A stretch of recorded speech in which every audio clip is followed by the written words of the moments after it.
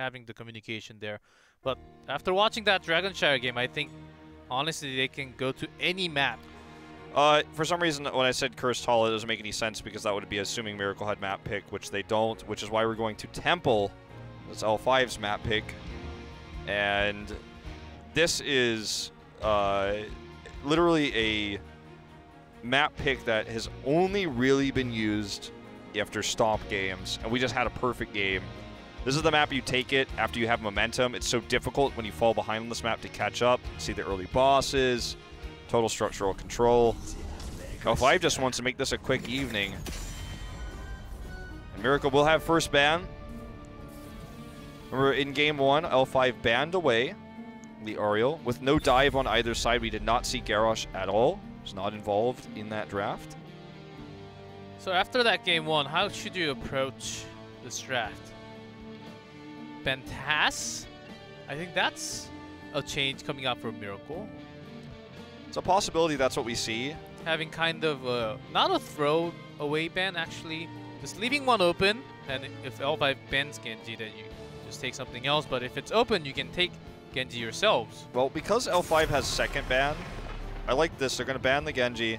L5 will probably ban the Ariel. And then you have Miracle to have the opportunity to pick Tastar themselves if they want it. You're not really afraid, if you don't want the Lunara pick, of L5 grabbing Lunara Tastar, for example. Will be banned, actually, so smart move by L5, getting one step ahead of what I was thinking there, if Miracle is going to grab the Tastar. So what's first pick material on this map? If you think about the strengths of MVP Miracle, you would want to lean towards a global hero, right? A Dahaka, maybe a Falstad, lean towards those strengths. But they just want to take what they consider to be top tier. I think L5 has already won this exchange. You can tell by the look on Swoy's face and the insta-lock that they expected this, they baited it, and now they have Vala. It's like, well, what do you want to play with the Ariel? Are you going to play the Lunara? Because nobody plays Lunara, especially not Miracle. And in Korea, Black doesn't touch it. There's not a lot of practice for this team for it. I feel like this was a trap, and Miracle fell right into it. Let's see. Crazy Moving played Lunara 3 times. That's it. No more. So they can do the same, but with Ariel, it's going to be a lot less, especially with the nerfs. And Vala, I think L5 will actually do the same with the Q Vala coming in, possibly even with Strafe this time if there's not much of a dive potential threat from the other side. L5 has been using some Vala with rotational work also to poke.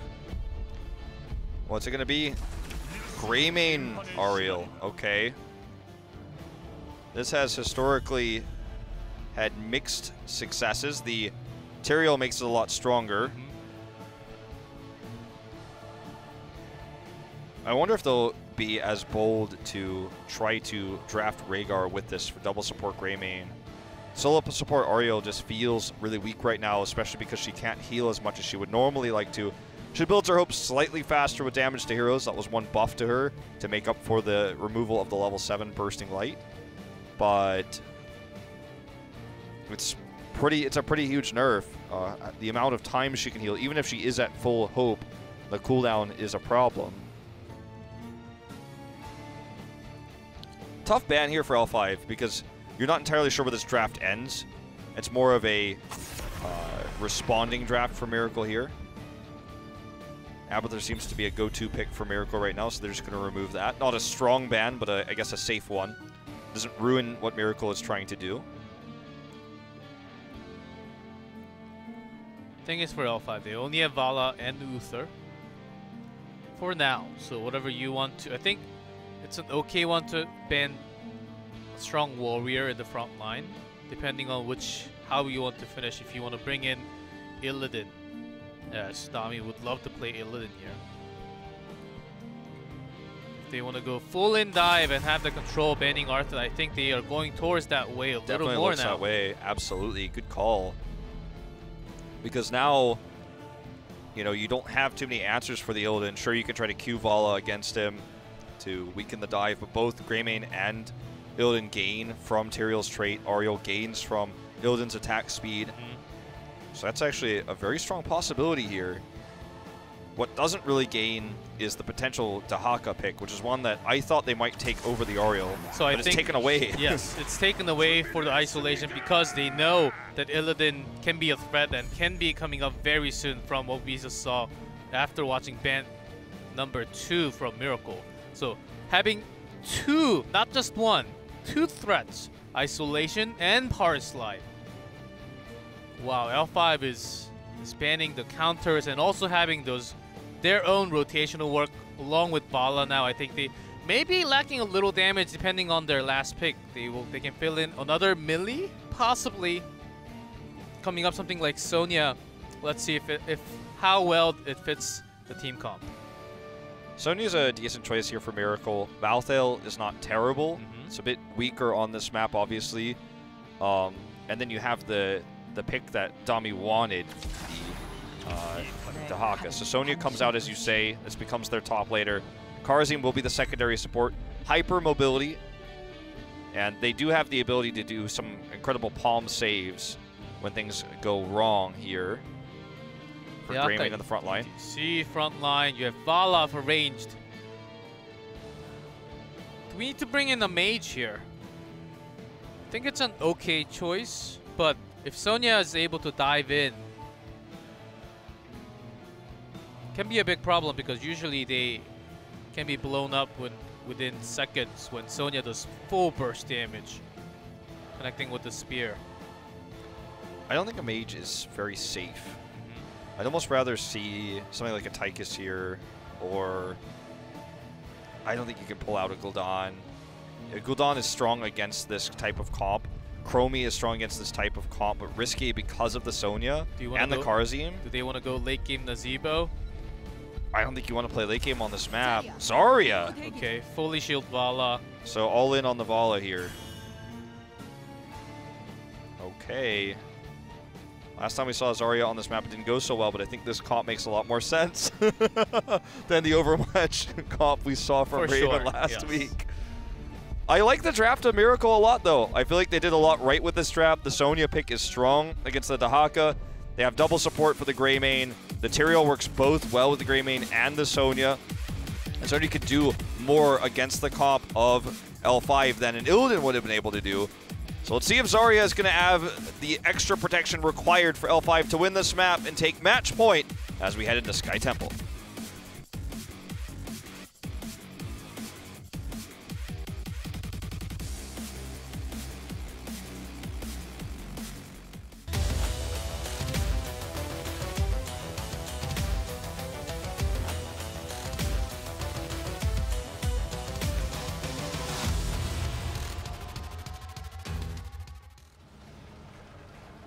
L5, Hooligan on ETC, SC on his Vala, Junga on Dahaka, STE flexing to the Zarya, and Swoy will be on Uther. And in red, MVP Miracle. Judy on Tyrael, Dami on Sonya, Jaehyun on Ariel, C moving on Greymane, and Sniper on Karazim. Okay, we're going to have a Watchtower fight. With a double support, Sniper, of course, taking the flex of the team. Interesting, we see basic damage coming out from Zarya. Yeah, not going to be Grenadier. Alright. We'll do a lot of extra damage on the front lines when the dive comes in. I think that's going to be a big factor. Can do a lot of AoE that way. Got high energy, so I suppose that's one reason why they might go that way. And obviously the Q build we knew was likely against an Illidan. Very much similar against the Sonya in terms of what it's going to help you accomplish. This may be Zarya doing the most damage and Vala just poking the damage out from the side or the back line. I think L5 has planned this way. Well, let's go towards a little bit towards the late game and see where Zarya stands in the team fight. I think they are looking for that Zarya most damage and pretending to be a Vala hyper carry game. Could definitely work that way, and Uther can empower that quite well.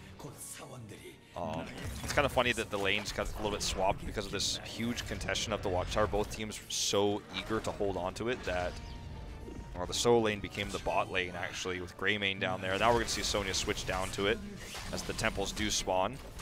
Dahaka got a lot of extra soak bot, is going to head mid now, not using his global brush stock just yet.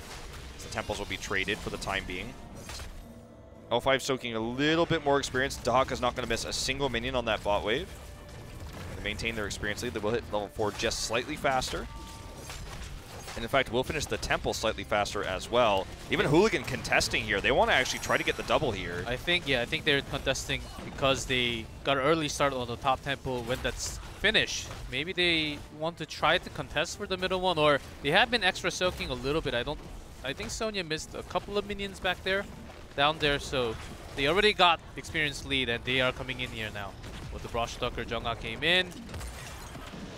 Getting the tempo. Good stun here, and the pull right after the stun. What a combo! Just face melt him right into Dahaka's mouth, man. You got a mouthful right there. Ariel is down, that's no more heals, and they will get the majority temples here, getting about 1.2, 1.3 temples out of this, knocking Miracle down to the 0.7. That was kind of obvious for Miracle. They knew that. They knew as soon as Sonya went down, because they're missing a member, Dahaka would come in because they were delaying this much for a reason. And they went back all right, but of course Ariel getting caught was the big problem. I mean, that was just such good play by Hooligan and Jungha, though. I can't even be mad about Miracle. They were going to lose the temple, which is a problem. But the fact that they got picked was really just good play by L5. Like, that's the kind of thing you could never really prepare for, that level of coordination. That's why this team, you know, won Eastern Clash. That's why his team is one of the big contenders going, into BlizzCon. So Hooligan looking for the power slide. This one's not the best one he was looking for, but Judy is still caught. We'll have to Aldruin's away. They do get the camp, so evening up the camps. But all during this time, Dahaka's dominated this top lane. Jungha gets the extra wave, and they're a full level ahead. From 1 kill alone, 2 better rotations. It's looking pretty good for L5 right now, who are going to potentially even look at how they're just giving SD free energy. Look at how much damage he can do now. He's like, thank you for the energy. And now they can just try to get this healing well. They're very close to getting it. Get the autos. It's doing so much damage just when Hooligan was just on the side. It wasn't even the cannon tower shots that gave SD the energy. They shot at him while he was shielding himself with Vala. Or sorry, not with Vala, with Greymane. Healing well is so low. It's their objective here, but they are going to possibly try to get Judy. It looks like MVP Miracle just barely keep this healing well alive for the next temple phase. But they're losing Soak top throughout all of this. Sonya's going mid to try to even it out. Dahaka had to go around the top fort a little bit. Did lose a little bit of EXP, but still because of the lane pressure. And all the way into the fort, Sonya has to rotate late every single time. That's really costing big for Miracle and L5. If they fight like this for a long time, SCSC can stack up so much. Every Q, 5 more damage. So you see that missing level 7 for Ariel. You can definitely feel it. SDE does get caught here, uses his shield. He's got so much energy. He will do a ton of damage if he can turn around. Can he turn around? That's the big question. Just going to use grenades for the time being as the energy burns down. Miracle does have control of the shrine. Dahaka's going to get top fort. You have to imagine the teleport will come down soon, as he will use his brush stock to rejoin the fight. Jaeon trying to manage his cooldowns correctly. So much more difficult to do now on this patch. I think it'll be hard to actually hit 10 before the temple finishes. If they can contest for it and make it happen. He's coming. Dahaka came. Okay, Judy Aldruin's forward. He's very well out of position here. And there's a tongue grab onto Greymane. Oh, look at that power slide. Nicely done. Did not really provide any escape for Greymane. Without Greymane lacking damage, Tommy will also get picked off. Oh my god! Jungha! And now there's the mosh pit here. It's going to be the full team wipe. And what did Miracle gain? They got 90% of a temple, which didn't kill a single fort. They will lose. They lost top fort They're going for to the push.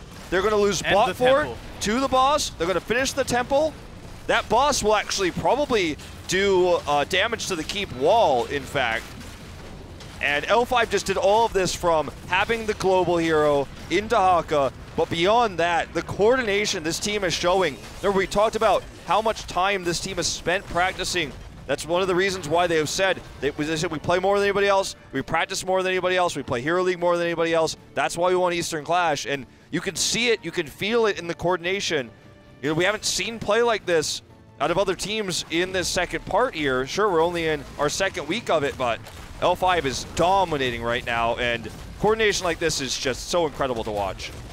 Well said, Wolf. I think their practice is really showing off, especially coming out these kind of clean rotations. Can happen few times, once or twice, but every single time like this, we have not seen too many of these kind of games coming out from any teams in this world. And I mean, the thing is, even if you look at how a team like Fnatic plays, because Fnatic is defending world champion right now, Fnatic doesn't play this type of coordinated stun lock. They're more poke, they're more range-based, most would argue. And so the coordination you see from them is much different from this one. It's like two different styles completely. And it's cool to see kind of like different parts of the world developing different styles, trying to be the best. We're not there yet, right? L5 currently in second place in the standings. Fnatic in first, undefeated, along with MVP Black, or actually just recently was defeated, mostly undefeated, up at the top of EU. See if these two clash at BlizzCon, but just the prospect of that, the potential of them fighting each other gets me excited. Hooligan's angle here is really good. Judy will escape without Druins for the time being. Hooligan's looking for the angle. Really, that's actually a zoning for Hooligan. He has the angle to go in. He does have Power Slide available now. Oh, look at that Graviton, or it's not a Graviton, it's the Expulsion Zone coming over, blocking them in. Dami is going to go down. Jaehyun's on cooldown. He's on cooldown here with his heal, and now he's not even going to be able to use it. A cooldown, you know, it does matter. 2 seconds could feel like 2 years in a game like this where you need those heals on time. Well, the coordination seems very off from Miracle right now. I think taking 7-sided, maybe they thought Aegis was enough. I think if they had Palm, they had lots of available tools to actually save Greymane, save Ariel sometimes, or even Sonya. Well, they're going to try to double Temple here. Well, I suppose they're abandoning that idea, leaving the bottom one for now. We'll head up top to contest. Actually losing a lot of shots as a result. Talent tier advantage, 3-level scaling advantage. Miracle needs to take a miraculous fight, no pun intended here, if they want this one. Hooligan's position for Mosh Pit is so good. Oh, look at this. Triple! I saw that coming a mile away. Sank will help cancel it, though. To try to counter that, Hooligan survives after all the 7-sided strikes, landing on multiple targets. Good Aegis here, but the hook comes in from Jungha. Really good team fight turn here by L5, despite that sanctification. Will be the first 2 kills going over here. Make it 3 for L5. Because even though they ended up losing Hooligan at the end of the day, after that 3-man mosh, they win the fight. But he's the one who actually caught the last bit of HP with the Power Slide, with the face melt, having Bala picking up the last damage. As that was the first kill of the team fight, really sacrificed himself to win the team fight there. Nicely done by Hooligan. It's actually I didn't notice until now, the build from Ariel is very much Q focused. We'll see if that becomes the norm, I guess, now that she's been nerfed and you can't get that cooldown reduction at 7, which was a huge spike. So the bot fort survives G-Clef. Keeps are under attack. The keep wall was already damaged from the boss earlier. The rare double talent tier advantage for L5. I keep saying rare, but it keeps happening more and more this season. 4-level lead, now it's just the 3. They're going to go directly to that keep. The wall is down as mentioned. And this is going to be a scary moment for MVP Miracle, as one false step spells disaster, but if they're too safe, the siege and poking power from L5 will eventually wear down this keep. There's almost no recovering from that. Sank is available and Mosh Pit's still on cooldown if they know that this is happening right now. And still a big step down though, 16 to 13. That's a big threat. You know what? Down, 3 levels down. Yeah, but they saved the keep. 4 levels down now. They saved the keep, and they traded heroics better here. Nice Sank. 7-sided. does connect. Hooligan pops that mosh pit. That's not going to be too effective. Oh, actually, he goes down first. Yeah. And they're pushing it. Aegis was really well done. The Sank was really well done. SDE, though, doing all that damage we were talking about. He's the carry in this fight. Look at all that damage. SDE just sitting there, popping it off. Full energy on the Zarya. Judy, if he gets spotted, he is dead. Looks like he will escape with his life. Very lucky. Very lucky. I thought that was a one fight for Miracle against all odds, but the scaling 3 levels plus full shields was just enough. The armor coming in from Uther as well. SDE, he did it. We talked about at the beginning, you called it. SDE was going to be the one doing the majority of the damage with the Q build coming out from Vala, and that is certainly what we just witnessed. With full energy, you can't ignore Zarya's auto attacks coming in, as SCSC survived that from vaulting all the way back. I think that was a very good positioning coming out. Miracle, they ended up chasing and lost a lot of damage. What could have been done to Zarya? Zarya was actually also shielding so many targets, so if you take out Zarya from the beginning of the fight, lots of shielding is removed. It's a lot easier to take out the entire team of L5. But with that kind of focusing when you're off to a target, when you think you have to chase Vala instead, that's what L5 drafted into this game here, and they are falling right into it. Yeah. Remember 2 for 2, the keep survives. But look at the top lane. Jongha is pushing that top keep right now directly. No one is responding to him, and I think they're just going to get it. Like, he's literally going to solo the keep. MVP Miracle's more interested in taking out these objectives. When you get behind on this map, though, it's kind of lose-lose against a global. If you go chase Taka, you lose your keep anyways to the temples, and Taka can come back at any moment anyways. Dami taking a ton of damage, does survive here. He's got full fury. Jongha does come into the fight now, doing so much with his Dark Swarm. The vulnerability is real. SDE full energy again, but the Sank was once again very well placed. Shielding all the time. SD is doing the most damage here. Absolutely. CSC is just going all the way around, even with the Sank. There's a 3-main mosh, and they don't even, seems like they don't even need it though. There's a drag and wow. You know what? Wow, just wow. I don't think we're there yet, but Hooligan he's crossing, he's very much on the path. He is walking the path to Noblesse's former glory. You can feel it. This guy is a star player tonight. He was a star player at his first international event at the Eastern Clash, and his incredible mosh pits throughout this second game are part of the reason why L5 was able to accomplish so much. The Zarya pick was a great one. It worked so perfectly against the Sonya, against the Tyrael dive. When the Sanks wore off, the damage came out, and that is going to be game over here. 19 kills to 3 on Sky Temple. Oh my.